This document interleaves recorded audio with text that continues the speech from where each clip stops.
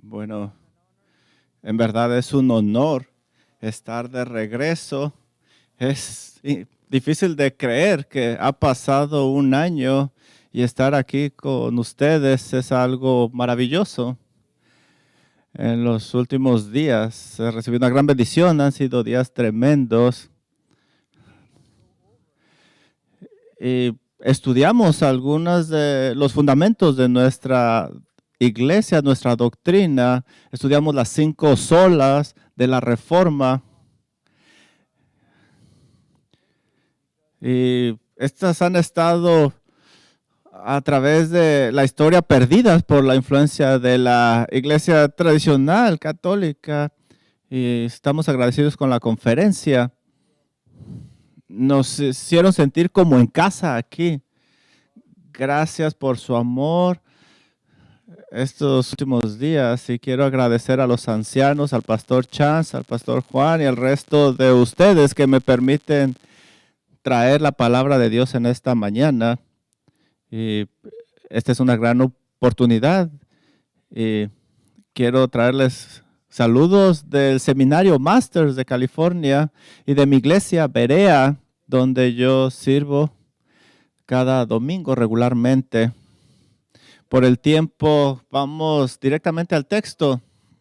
Sabemos a través del largo de la historia que han habido muchos personajes o que han dicho cosas que se han vuelto famosas. Estas frases, quizá por su contenido, han pasado de boca a tu boca y van a seguir pasando mientras nosotros las compartamos. A lo mejor recuerdas a Sócrates, uno de los filósofos griegos más importantes occidental. Se hizo famoso por la frase, solo sé que no sé nada. Y también Aristóteles, otro filósofo griego muy importante, él dijo, el sabio no dice nunca todo lo que piensa, pero siempre piensa todo lo que dice. Una de las frases más famosas que pronunció el emperador romano Julio César es Veni, vidi, vici, que en español significa vine, vi, vencí. El distinguido compositor de música Beethoven dijo, nunca rompas el silencio si no es para mejorarlo. Y sin duda, John Lennon será para siempre recordado por la frase, todo lo que necesito es amor. Así como estas, hay muchas otras frases célebres que son parte de nuestro día a día, pero hay una frase solamente en la Biblia que merece nuestra inmediata atención y que sea total, porque tiene el poder de transformar nuestra vida, como lo hizo con Thomas Bilney, un estudiante de Cambridge del siglo XVI, que al leer el Nuevo Testamento en griego dijo, y lo voy a decir literalmente, di por casualidad con una frase del apóstol Pablo. Esta sola frase, por medio de la instrucción de Dios y su obra interior, animó tanto mi corazón antes de herirlo por la culpa de mis pecados, casi hasta la desesperación, que de inmediato me pareció sentir una maravillosa sensación de consuelo y tranquilidad, hasta el punto que mis huesos quebrantados saltaron de gozo. Después de leer esta frase, él puso la escritura. La escritura fue más placentera para mí que la miel. La frase que este estudiante del siglo XVI está resumiendo tiene la esencia del evangelio, contiene el núcleo de nuestro mensaje como cristianos y por lo tanto debemos exponernos a ella tanto como lo podamos, Esta frase es el alma del evangelio y se encuentra en 1 de Timoteo 1:15. Les invito, por favor, que abran su Biblia conmigo en el libro de Primera de Timoteo, capítulo 1. Vamos a enfocarnos en solo un versículo, el versículo 15. Voy a leer de la versión Legacy y dice de esta manera, Primera de Timoteo 1:15. Palabra fiel y digna de ser recibida por todos. Y aquí está la frase, que Cristo Jesús vino al mundo para salvar a los pecadores, de los cuales yo soy el primero. Vamos a orar. Amado Dios, estamos agradecidos que podemos abrir su palabra en esta mañana, que podemos escuchar su voz a través de la predicación de su palabra. Padre, le pido que usted nos corrija, que usted limpie nuestros pensamientos, que para que encontremos consuelo en esta santa palabra, que podamos comprender este texto, pero que también lo obedezcamos para que demos mucho fruto en nuestra vida para su gloria. Pedimos todas estas cosas en el nombre de Cristo Jesús. Amén. El título de mi mensaje es El Evangelio en una frase, el Evangelio en una frase. En este pasaje, en Primera de Timoteo 1:15, hay tres aspectos, tres elementos que debemos considerar de manera minuciosa. El primer aspecto, si tú estás tomando notas, es la credibilidad del Evangelio, la credibilidad del Evangelio. Mira lo que dice 1 Timoteo 1:15. Pablo dice, palabra fiel y digna de ser recibida por todos. Pablo introduce este maravilloso resumen del Evangelio de Dios con una expresión muy particular en griego. Esta expresión aquí aparece solamente 5 veces en todo el Nuevo Testamento. De hecho, Pablo es el único que usa esta frase. Pablo es el único autor de toda la Biblia que usa de manera exclusiva 5 veces en sus cartas pastorales únicamente, Primera de Timoteo, Segunda de Timoteo y Tito. Esta frase que Pablo usa, la usa en el capítulo 3 nuevamente. Por favor, vela en tu Biblia. Palabra fiel, si alguno anhela obispado, buena obra desea. Un capítulo después, en el capítulo 4, versículo 9, Pablo nuevamente en 1 Timoteo dice, palabra fiel es esta y digna de ser recibida por todos. En 2 Timoteo, Paul la usa nuevamente en el versículo 11, 2 Timoteo 2:11, dice, palabra fiel es esta, si somos muertos con Él, también viviremos con Él. Si lo negamos, Él también nos va a negar. Él permanece fiel porque no puede negarse a sí mismo. Y por último, Pablo la usa en Tito 3, versículo 8. Tito capítulo 3, versículo 8. Versículo 8 dice así, palabra fiel es esta. Y en estas cosas quiero que insistas con firmeza para que los que creen en Dios procuren ocuparse en buenas obras. Estas cosas son buenas y útiles a los hombres. Estas son las 5 veces que Pablo usa esta frase en todo el Nuevo Testamento. Algunos sugieren, algunos comentaristas, alguna gente dice que esta es una indicación de que Pablo no es el verdadero autor de las epístolas pastorales, porque de lo contrario, la expresión palabra fiel tendría que aparecer en sus otras 10 epístolas. Sin embargo, este argumento no tiene mucha fuerza. Todos tenemos frases características que utilizamos con cierta frecuencia y otras que desechamos algunas veces, y palabras que con el paso del tiempo adquirimos y otras que vamos desechando.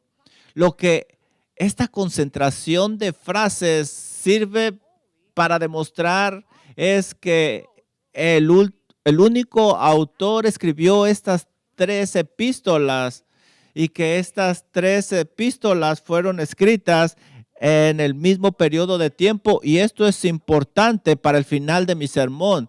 Y quiero mantener ese pensamiento para el final porque es importante. Pablo escribió estas 3 epístolas en el mismo periodo de tiempo de su vida. Además,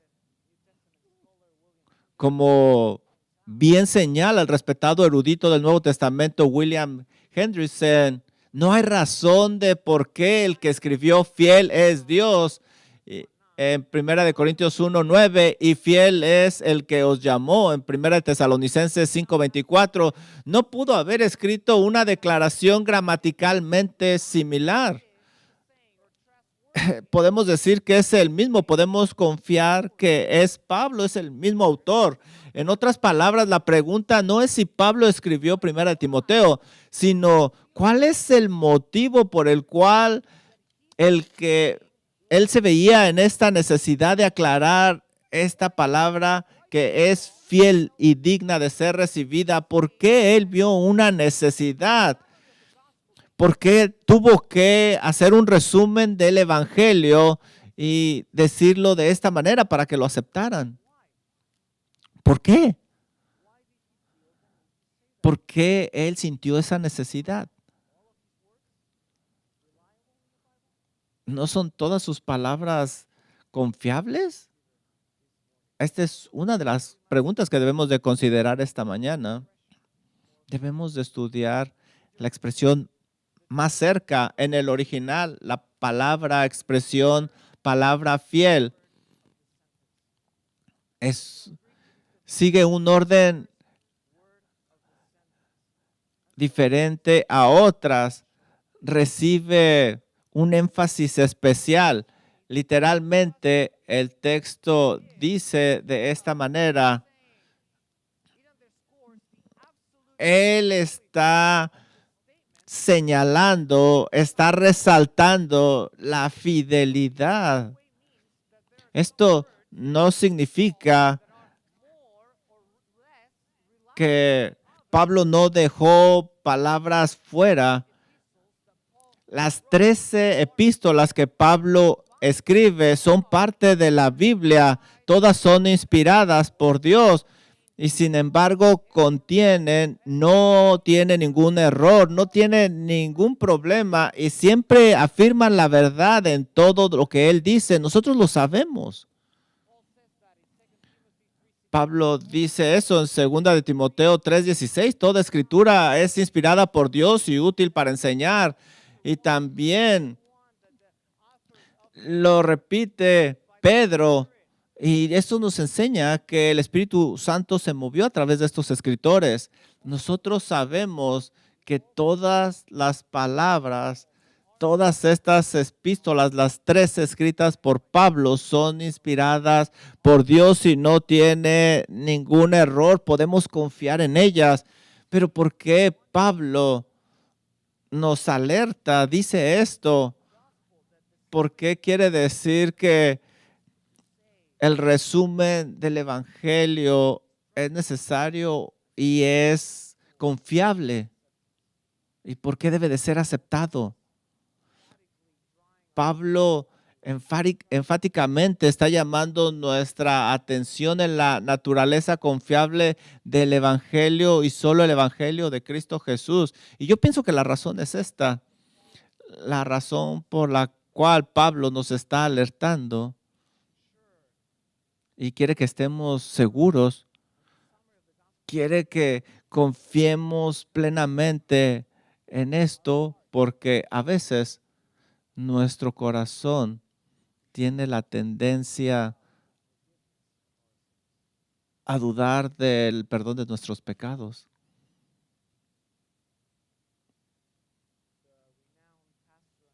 El reconocido pastor y teólogo Juan Calvino señala acertadamente que esto, déjenme decírselos,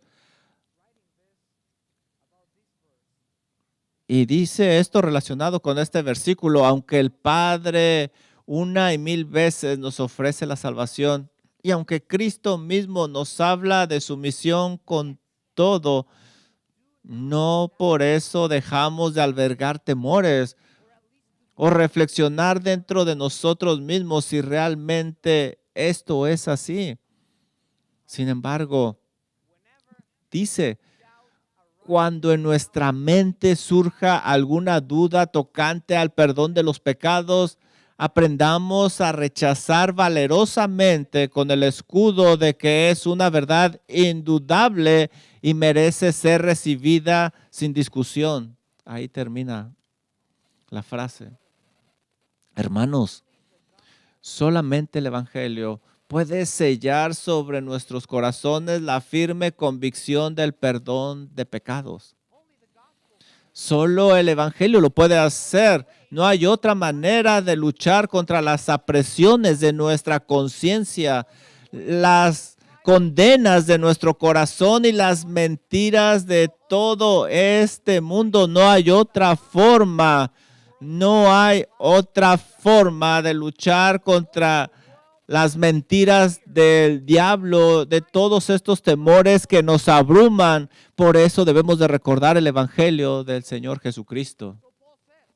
Así es de que Pablo dice, este mensaje merece toda aceptación. Es confiable. ¿Por qué? Porque viene de Dios. Y Malaquías 3:6 nos lo recuerda, porque yo Jehová no cambio. Y el Evangelio siempre provee lo que promete, porque viene de un Dios que cumple lo que dice. Y si el Evangelio produce salvación, debemos de creerla. Y tú no tienes razón de dudar la seguridad de la salvación que está en Cristo Jesús. Ese es el primer elemento, pero vamos a seguir adelante. Vamos a ver el segundo elemento que debemos de considerar en este pasaje, y es el contenido. El contenido de este mensaje que Pablo resume aquí. Miren sus Biblias nuevamente, primera de Timoteo, lo que nos dice. Mira lo que nos dice aquí, que Cristo Jesús vino al mundo a salvar pecadores. Ahora, este segundo elemento de esta frase nos hace pensar en las palabras del Señor Jesucristo a través de su vida aquí en la tierra. Nosotros leemos cosas como esta. Por favor, ve conmigo a Juan capítulo 12. Juan capítulo 12.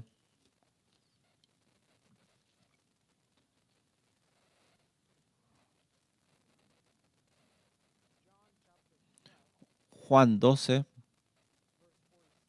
versículo 46. Y aquí está Jesús hablando y él dice, yo soy la luz.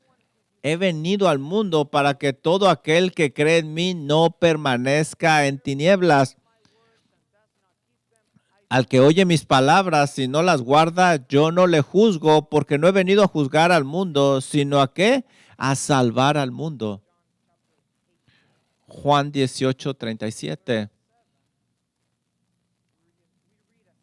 Nosotros leemos algo similar que viene de la boca de Jesús. Le dijo entonces Pilatos, ¿luego eres tú rey? Respondió Jesús, tú dices que yo soy rey. Yo para esto he nacido y para esto he venido al mundo, para dar testimonio de la verdad. Todo aquel que es de la verdad oye mi voz. ¿Puedes ver la similitud de lo que está diciendo el Señor Jesucristo, que es el resumen que está dando Pablo? Pablo está usando las palabras de Jesús. Él vino a este mundo para salvar pecadores.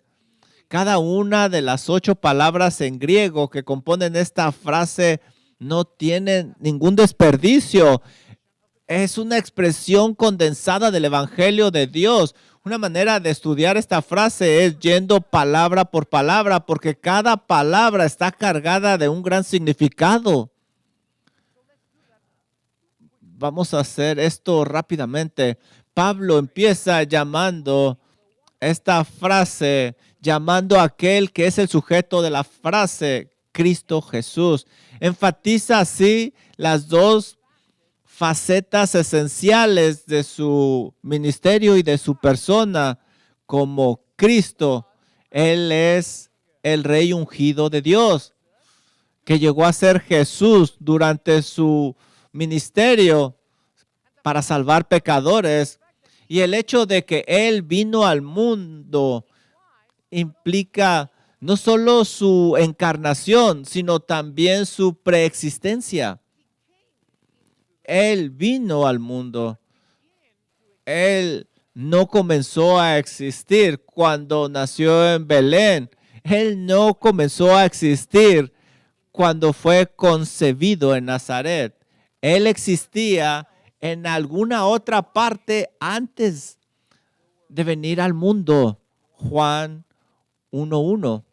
En el principio era el verbo y el verbo era con Dios y el verbo era Dios. Él estaba ahí en el principio. Nosotros nacimos involuntariamente, no tenemos opción, pero Él vino al mundo. Su venida fue voluntario. Él quiso venir a este mundo y el propósito de esa decisión de Cristo Jesús por venir al mundo queda registrada al final de la frase. Él vino al mundo para ¿hacer qué? Para salvar pecadores. Él vino para salvar. Él vino para salvar. Jesús estuvo dispuesto a sumergirse en nuestra miseria a final de rescatarnos de ella. ¿Y a qué precio? Cristo puso su vida y murió a fin de que nosotros pudiéramos vivir eternamente. Por medio de su resurrección somos libertados de una vez por todas de la muerte. Somos libertados de la oscuridad, del pecado, somos libertados del infierno y lo más importante, somos libres del juicio inefable de Dios. Qué hermosa frase tenemos aquí. Cristo Jesús vino al mundo a salvar pecadores. En una sola frase, Pablo resume rápidamente, de una manera muy profunda, el corazón mismo del Evangelio de Dios. Por esta razón, algunos comentaristas comparan este versículo con Juan 3:16, porque el contenido de su mensaje es muy similar. Sin embargo, hay algunas diferencias. Existe una diferencia en énfasis y el énfasis de Primera de Timoteo es diferente que el de Juan 3:16.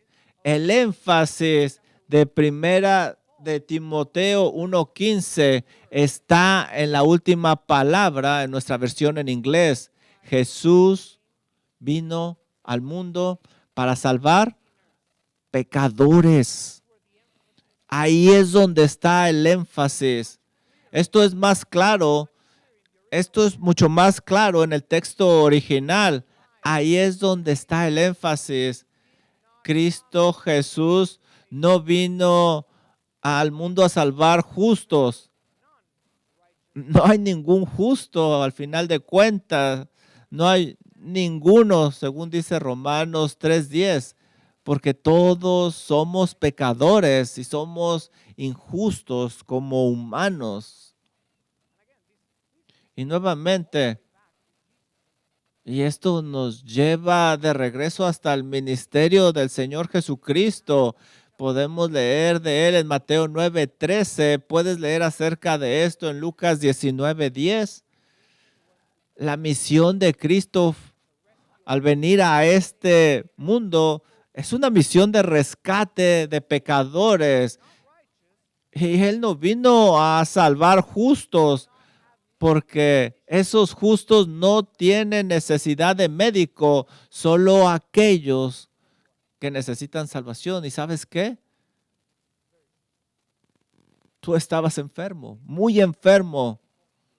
Y este es el punto principal de Pablo, que Cristo vino al mundo para salvar a pecadores.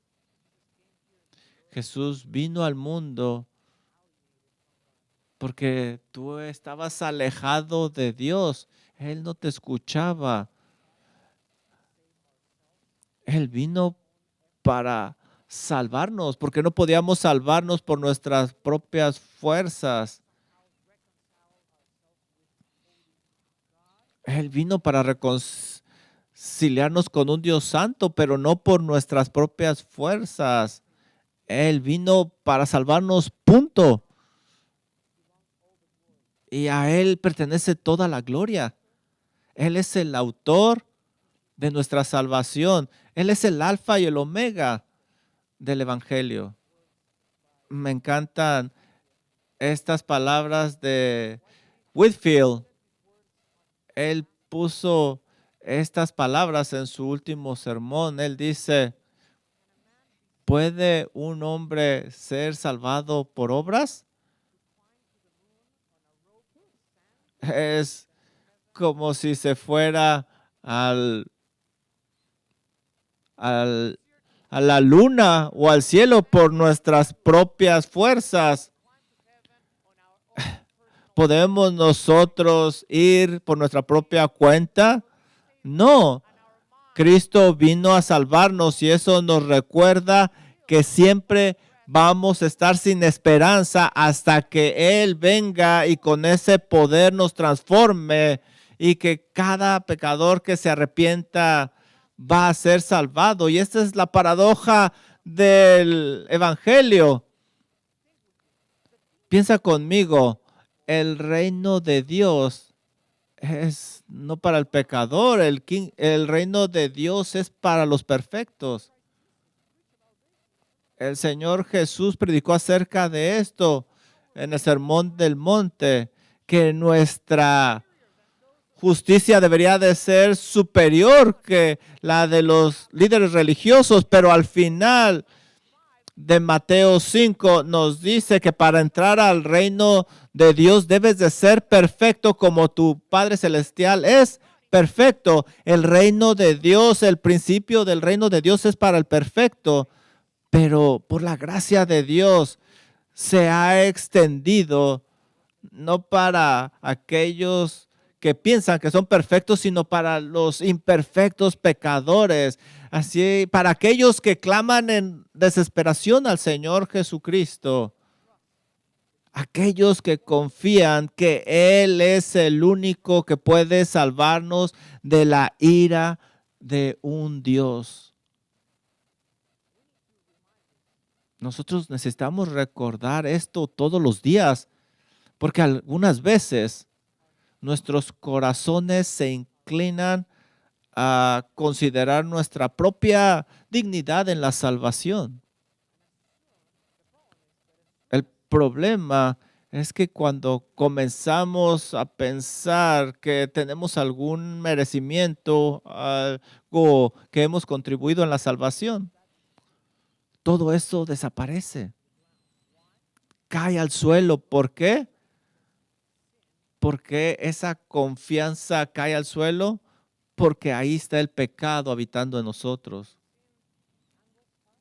Cuando el pecado nos enreda, debemos ir inmediatamente al Evangelio de Dios y confiar en Él plenamente, que Cristo vino a este mundo a salvar pecadores y Él continúa esa salvación para nosotros. Debemos de recordar eso diariamente. Y el tercer aspecto y final que vemos en este pasaje es la confesión. Ya vimos la confiabilidad, ya vimos el contenido y me gustaría terminar con la confesión. Pablo nos está diciendo aquí, palabra fiel y digna de ser recibida por todos es esta, que Cristo Jesús vino al mundo para salvar a los pecados. Y mira lo que dice al final, de los cuales yo soy el primero. Esto es algo increíble. Nuestra primera vista aquí está en la confesión. Al final parece que está fuera de contexto. Parecería que está exagerando. En Hechos 26:5, él declara que antes de su conversión vivía conforme a la secta más estricta de la religión judía y ahora se ve a sí mismo de esta manera como el principal de los pecadores. Parece fuera de lugar. Nosotros leemos en Filipenses que parecía que él no tiene culpa, es lo que dice. ¿Por qué Pablo está diciendo esto? La realidad es que Pablo no está pensando aquí en su justicia como fariseo antes de su conversión. Pablo aquí está pensando en la violencia que había empleado en la persecución de la iglesia y al Señor de la iglesia, Cristo Jesús. ¿Cómo sabemos esto? Por el contexto. Mira, el versículo 12 de Primera de Timoteo 1, Pablo dice, doy gracias al que me fortaleció, a Cristo Jesús, nuestro Señor, porque me tuvo por fiel, poniéndome en el ministerio. Mira lo que dice, habiendo yo sido antes blasfemo y también que perseguidor y también injuriador, él recibió misericordia porque actuó en ignorancia. Y esto es lo mismo que él dice en Gálatas 1:13, que él era un perseguidor de la iglesia y que él actuaba violentamente contra los cristianos. Así es de que cuando nosotros entendemos el contexto de la confesión de Pablo, es difícil imaginar a alguien peor que Pablo, un perseguidor de la iglesia, alguien que estuvo de acuerdo en la muerte de Esteban en Hechos 22:20. Hechos 9:1 nos dice que antes de su conversión respiraba constantemente. Él respiraba amenazas y muerte contra los discípulos del Señor. Él había perseguido creyentes hasta la muerte. Él los aprisionaba, los encarcelaba y a él agarraba hombres y mujeres por igual. Si tú te identificabas con Cristo, eras tomado y tú deberías de sufrir por eso. Y nosotros leemos todo eso en Hechos capítulo 9, versículo 2, Hechos 22, 4 y 5, Hechos 26, 9 y 10. Leemos que Pablo solía hacer eso. Esa era su vida, su forma de vivir. Ese era su pedigrí. Ese era su currículum. Ese era su trasfondo. Perseguía a la iglesia. De hecho, el texto en Primera de Timoteo 1:15 nos apunta y nos dice que Pablo se consideraba él mismo al frente de los pecadores.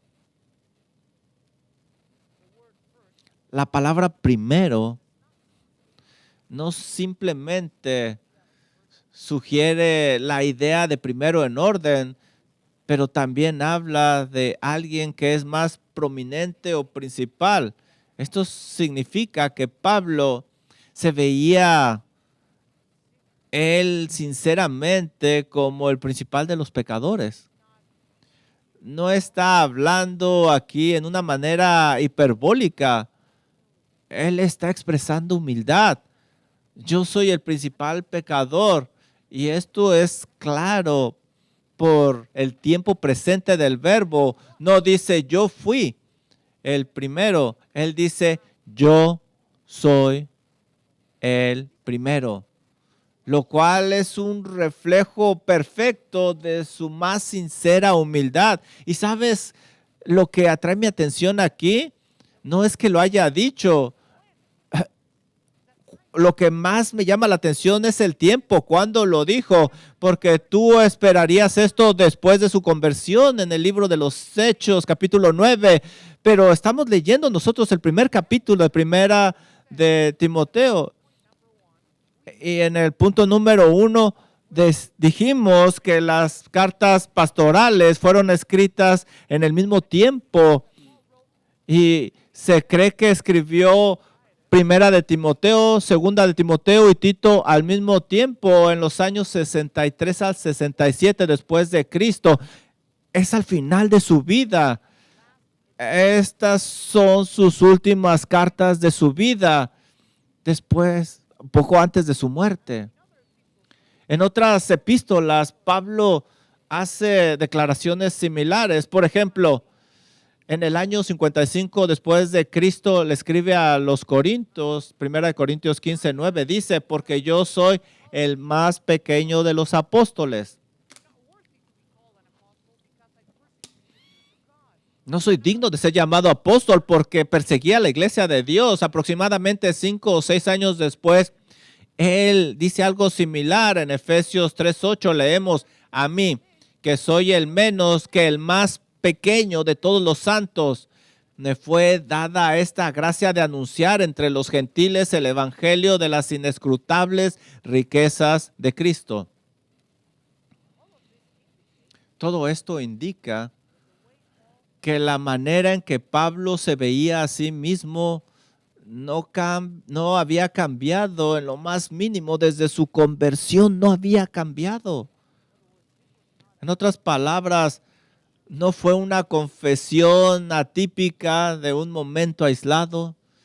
Esta era una declaración que marcaba su vida completamente, de principio a fin. El apóstol había adoptado este punto de vista de sí mismo. El tiempo no lo podía mitigar ni tampoco borrarlo. Por el contrario, nosotros vemos que entre más pasaba el tiempo de su conversión, más creía en su conciencia que era un pecador. En el 55 después de Cristo dice que soy el último de los apóstoles.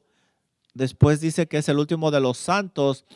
Y al final de su vida dice soy el último, el primero de todos los pecadores. No dice santos, no dice apóstoles, dice pecadores. Entre más crecía en su entendimiento del evangelio, de mayor su conciencia pesaba y él se veía como los fariseos de Lucas 18:13 que decían, yo no soy como aquellas personas, como el recolector de impuestos, y que se golpeaba en el corazón, Señor, sé misericordioso con este pecador.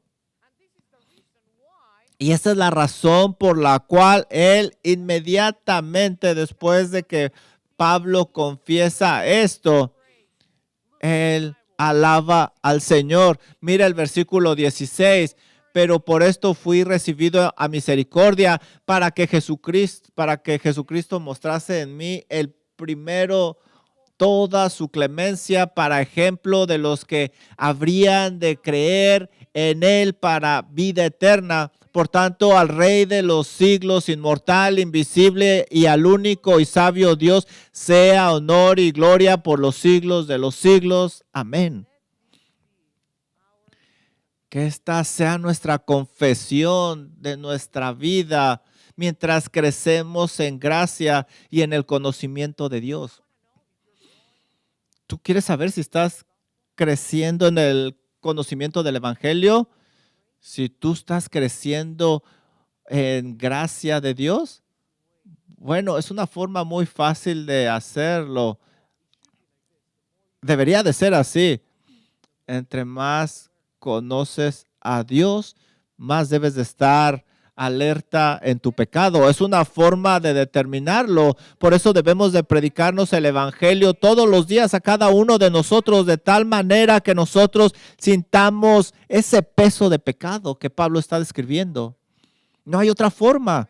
No hay otra frase que merezca nuestra inmediata y total atención que este pasaje. Y como lo dije desde el principio, aquí está el corazón del evangelio. Y este es un mensaje que nosotros debemos exponernos constantemente. No debemos de distraernos con otras cosas de este mensaje. Esto es importante, el evangelio. Nada, escúchame por favor, nada nutre en nuestra vida la confianza de creer que hemos sido perdonados como el evangelio del Señor Jesucristo. Por eso predícatelo a ti. Exponte al evangelio de Cristo Jesús. Predícate este mensaje. Esto es algo práctico. Es una forma de ver el poder de su gracia, cómo trabaja en nosotros. Y aquí nosotros vemos la gravedad de nuestro pecado y debemos de verla una y otra vez. Debe de ser nuestra resolución diaria si queremos que nuestra vida florezca en plenitud y sea grande para la gloria de Dios. Vamos a orar. Gracias, Señor, porque estamos muy agradecidos en esta mañana que hemos sido expuestos en una manera maravillosa y resumida en esta frase al Evangelio de Cristo Jesús. Padre, estamos a punto de celebrar la cena del Señor. Ayúdenos a recordar por qué Cristo vino al mundo. Para salvar pecadores. Salvar pecadores.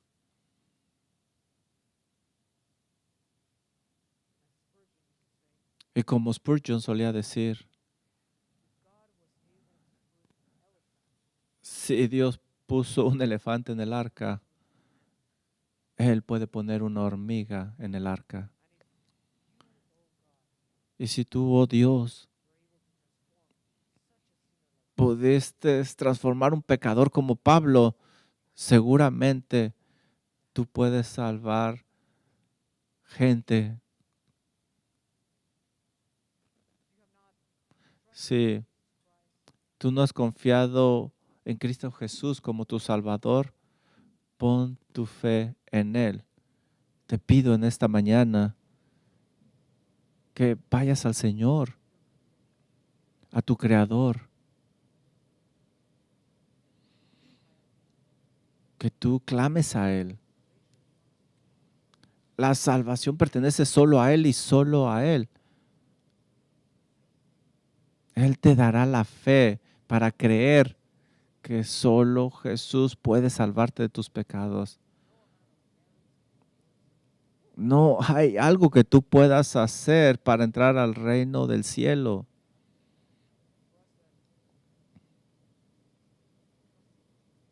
Confía en Cristo Jesús.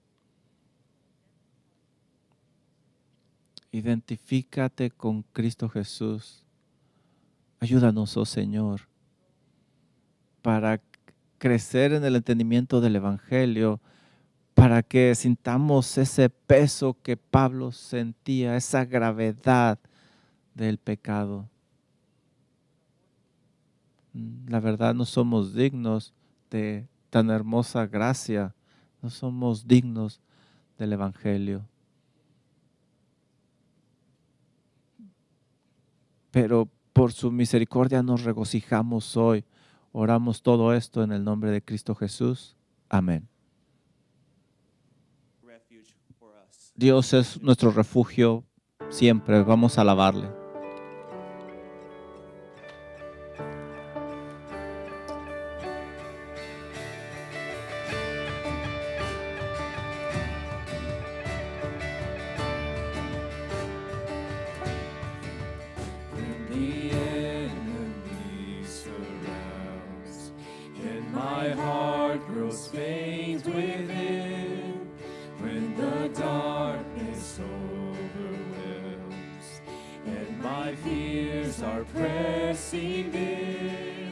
I will trust in you, O Lord.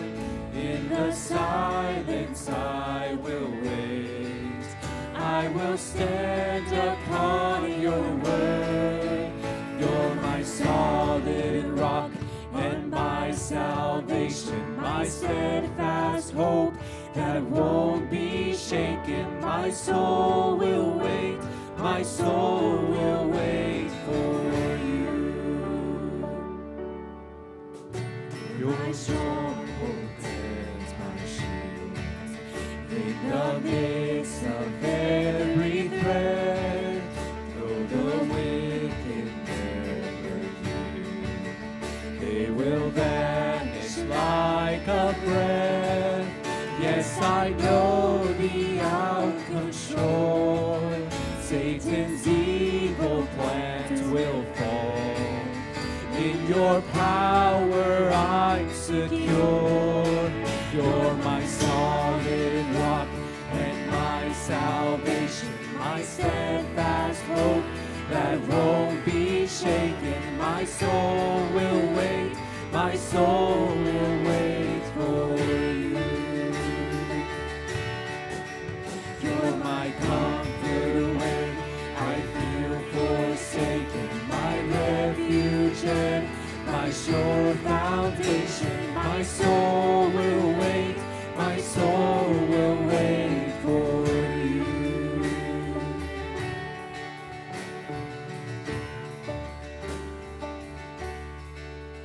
This is love I can't explain.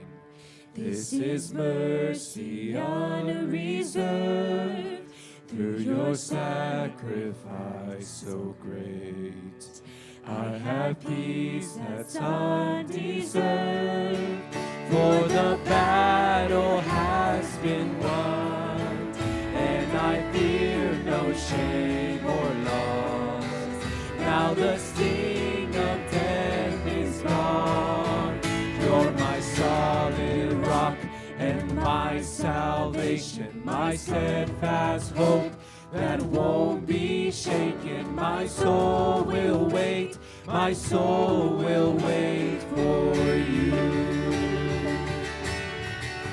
You're my comfort when I feel forsaken, my refuge and my sure foundation. My soul will wait, my soul will wait for you.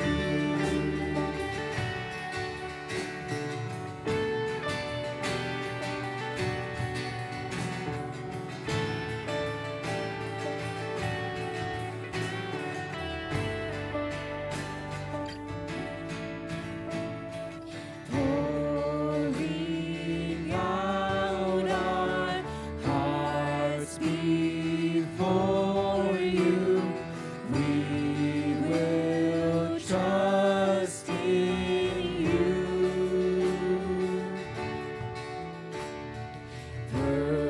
Perfect Savior, strong defender, we will trust in you.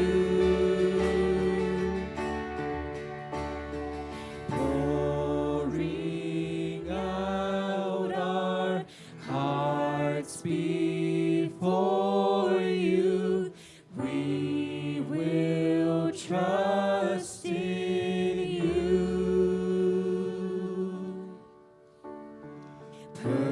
Perfect Savior, strong defender, we will trust in you. Pueden sentarse.